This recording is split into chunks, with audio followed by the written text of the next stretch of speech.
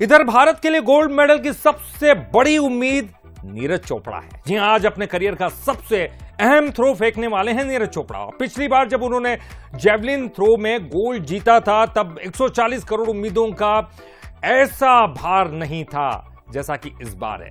हम लगातार उम्मीदें लगाए बैठे हैं नीरज चोपड़ा से, क्योंकि नीरज चोपड़ा डिफेंडिंग चैंपियन के तौर पर उतर रहे हैं। 140 करोड़ से ज्यादा भारतीय फैंस नीरज से गोल्ड मेडल की उम्मीद लगाए बैठे हैं। ऐसे में सवाल यही कि क्या वो टोक्यो का जो उनका प्रदर्शन था वो दोहरा पाएंगे।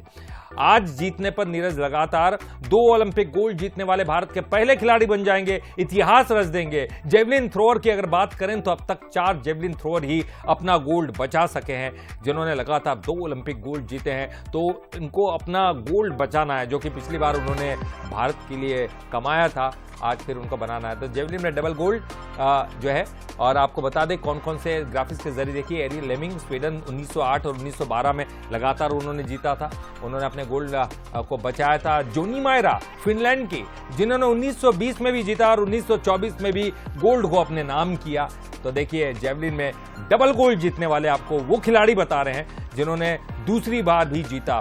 जॉन जेलेंजी चेक गणराज्य के 1992 में जीता। उसके बाद देखिए अगले ओलंपिक 1996 में भी उन्होंने गोल्ड अपने नाम किया है। और इसके अलावा अगर बात करें एक और खिलाड़ी जिन्होंने दूसरी बार गोल्ड जीता, अंद्रियास टी नॉर्वे के हैं। 2004 में गोल्ड को अपने नाम किया, 2008 में उन्होंने फिर से ये जो है गोल्ड अपने नाम कर लिया। तो ये तमाम जो खिलाड़ी आपको बता रहे हैं, ये वो तमाम खिलाड़ी जिन्होंने इतिहास रचा है और गोल्ड अपने नाम दूसरी बार किया है। और देखिए फाइनल में नीरज का जो सामना है वो एंडरसन पीटर्स से होगा, जिन्होंने 2 दिन पहले ही 88.63 मीटर स्कोर किया। ये उनका सीजन का बेस्ट थ्रो है। वो क्वालिफिकेशन में नंबर 2 पर रहे, 2 बार के वर्ल्ड चैंपियन भी है। और आपको बता जूलियन जूलियन बेबर है, जिन्होंने 87.76 मीटर भाला फेंककर फाइनल में जगह बनाई, वो तीसरे स्थान पर रहे हैं। इसके अलावा अगर बात करें, देखिए ये तमाम वो है जो अब नीरज को टक्कर देते हुए दिखाई देंगे। अरशद नदीम, जिन्होंने क्वालिफिकेशन राउंड में 86.59 मीटर स्कोर किया, जो सीजन का बेस्ट परफॉर्मेंस कहा गया है। पाकिस्तानी स्टार ने पिछले साल ही वर्ल्ड चैंपियनशिप में सिल्वर जीता, कॉमनवेल्थ गेम्स 2022 में गोल्ड जीत चुके हैं। याकूब वार्डलिज, जो कि वर्ल्ड नंबर 1 वाइल्डलिज डायमंड लीग के डिफेंडिंग चैंपियन है, वहां नीरज को उन्होंने हराया था। तो पेरिस के क्वालिफिकेशन में 85.63 मीटर का स्कोर किया, उन्होंने नंबर 7 पर रहे। और टोक्यो में आपको बता दें कि इन्होंने सिल्वर जीता था जब नीरज ने गोल्ड मेडल जीता था। तो पिछली बार टोक्यो में वो हार गए थे और सिल्वर जीते थे। तो देखिए ये तमाम चीजें जो आपको हम बता रहे हैं कि नीरज से उम्मीदें क्यों हैं। और क्योंकि देखिए ये मैच जो है वो नीरज के लिए बहुत कुछ होगा, और इस मैच से ये साबित होगा क्या नीरज भारत के लिए गोल्ड मेडल जीत जाते हैं, लाते हैं, और एक मेडल हमारे नाम से पक्का तो जरूर होने वाला है। फिलहाल हमारे साथ हमारे खेल संवाददाता दिलीप कापसे जी जुड़ गए हैं। दिलीप जी, क्या नीरज चोपड़ा, देखिए आज सबकी उम्मीदें नीरज पर है, तो क्या नीरज चोपड़ा आज अपने करियर का सबसे हाई वोल्टेज गेम खेलने वाले हैं, क्योंकि बहुत बड़े बड़े प्रतिद्वंदी और जिनको हराना उनको?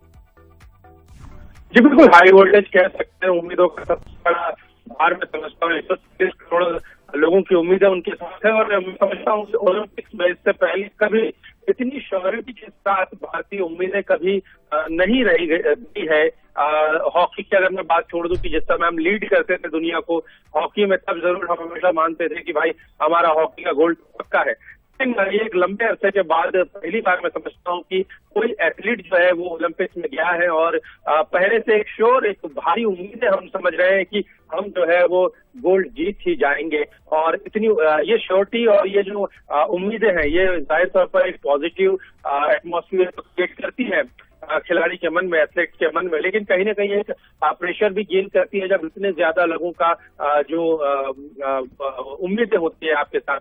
लेकिन जिस तरह के खिलाड़ी है, जिस तरह के एथलीट है ललित नीरज, मैं समझता हूं कि वो इन सारी चीजों को बहुत इजीली लेंगे। जब क्वालिफिकेशन हुआ था उन्होंने 89.4 समथिंग का फेंका था, जेवलिन फेंका था, भाला फेंका था। तभी उन्होंने अपनी जो पावर है, जो कॉन्फिडेंस है, उसको जाहिर कर दिया था। अपनी शक्ति जो है अपने कम्पिटिटर्स को दिखा दी थी कि वो क्या करना है। बहुत लंबे अरसे से वो कोशिश में है कि वो 90+ का जो स्कोर है वो क्रिएट करे, वो बनाए और उस ओर वो बड़ी तेजी से बढ़ रहे हैं। क्वालिफिकेशन में भी लगभग उन्होंने उसके करीब भाला फेंक दिया था। और बाकी अगर कम्पिटिटर्स की बात करें, बाकी क्वालिफिकेशन के दौरान हमने उनके कम्पिटिटर्स को देखा था तो वो काफी पीछे थे। अरशद नईम तो मेरे ख्याल से 2-2.5 मीटर के करीब उससे पीछे थे। और एक पॉजिटिव साइन ये भी है ललित की जो टोक्यो में गोल्ड जीता था जब नीरज ने, तब उन्होंने 88 समथिंग के करीब का कुछ भाला फेंका था। इस दफा तो लगभग उससे 2 मीटर ज्यादा उन्होंने फेंका है। तो बिल्कुल उम्मीदें ज्यादा है, हम श्योर भी है कि गोल्ड तो वो लेकर आएंगे। और मुझे लगता है कि हमें मान के चलना चाहिए कि जेवलिन में गोल्ड हमारे लिए आ रहा है और नीरज जो है वो उन खिलाड़ियों की जमात में शामिल हो जाएंगे जो लगातार 2 बार ओलंपिक्स में गोल्ड मेडल जीते, खासकर जितने भी जेवलिन थ्रोवर है। लेकिन फिर भी वो इतने बड़े चैंपियन खिलाड़ी है और जिस तरह का उन्होंने परफॉर्म किया, और जेवलिन जैसे खेल के लिए जो भारत में मैं बहुत ज्यादा फॉलो नहीं किया जाता था, एक नीरज चोपड़ा के आने से, उनके गोल्ड जीतने से इतना सारी जो तब्दीली, जो बदलाव हुआ है, उसके लिए वो खिलाड़ी जिम्मेदार है। उसे श्रेय देना चाहिए कि हम एथलेटिक्स को बहुत अब सीरियसली लेने लगे हैं, न केवल जेवलिन। इससे पहले हम ओलंपिक्स में जाते थे तो निशानेबाजी का रेसलिंग पर हमारा ज्यादा फोकस होता था। बाकी गेम्स को लेकर इंडिविजुअल गेम्स को अगर छोड़ दिया जाए तो उतना फोकस नहीं रहता था। ठीक, हॉकी को लेकर या फिर बैडमिंटन को लेकर कुछ ही गेम्स थे जो इंटरनेशनल लेवल पे पॉपुलर भी है। और एक ऐसा गेम जो ऑर्थोडॉक्स गेम है और लंबे समय तक ओलंपिक का हिस्सा रहा है, सदियों से खेला जा रहा है, ऐसे खेल में हम कहीं ना कहीं बहुत पीछे थे। लेकिन नीरज ने जिस तरह से वो गोल्ड जीता पिछली बार और इस बार उम्मीदों का भार है ललित, तो बेशक वो अपना काम कर सकते हैं।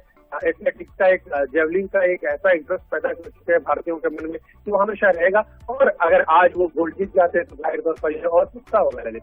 बिल्कुल आपने सही कहा दिलीप, क्योंकि देखिए ऐसे खिलाड़ी हैं, शानदार खिलाड़ी, और पिछली बार गोल्ड लाए थे, निश्चित तौर पर उम्मीदें उनसे हैं, लेकिन उम्मीदों का बोझ उन पर डालना नहीं चाहिए। वो बहुत बढ़िया प्रदर्शन करे, अपना बेस्ट परफॉर्मेंस दे, सिल्वर हो गोल्ड हो ये एक अलग बात है, लेकिन अपना परफॉर्मेंस उन्होंने अच्छा देना चाहिए। बहुत बहुत शुक्रिया। और यही उम्मीद है हमारी नीरज से है कि वो एक अच्छा परफॉर्मेंस देने